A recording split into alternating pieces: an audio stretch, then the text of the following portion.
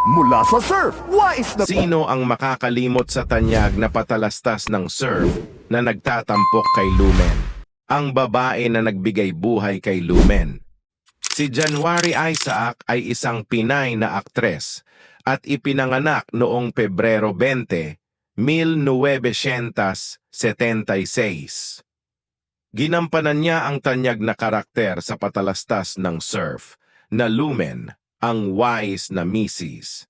Ito ay serye ng mga patalastas na umere mula 1,978 hanggang 2,015.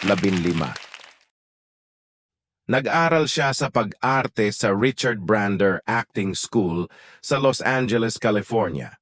Noong taong 2005, nakakuha si January ng bachelor's degree sa production design.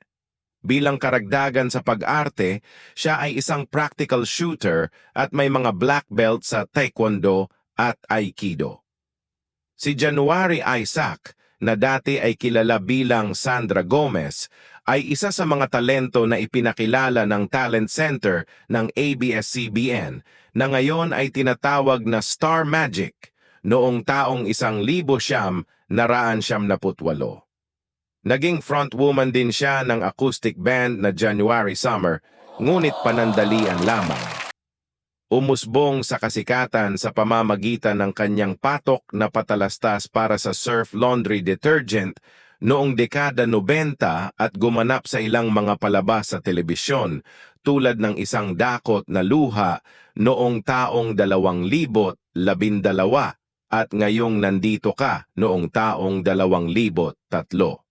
Malayo sa kanyang mapagmahal at mabait na pagkatao bilang Lumen, si January ay isang mahusay na stuntman dahil sa kanyang karanasan sa martial arts. Ilan sa kilalang pelikula na kanyang ginampanan ay ang pelikulang Burador noong taong 1979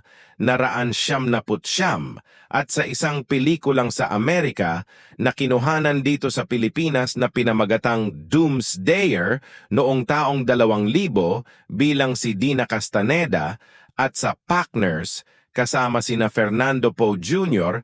at Efren Bata Reyes noong taong 2003. Hoy, piloto! I'm not yet through with you. Sandali lang, PJ, ah.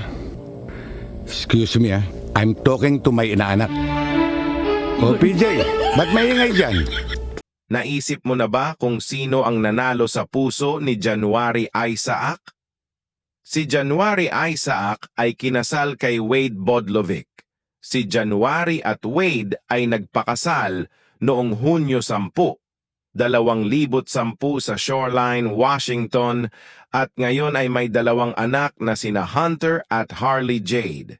Siya ay mayroon trabaho bilang front-end lead sa Cabela's, isang tindahan ng outdoor equipment.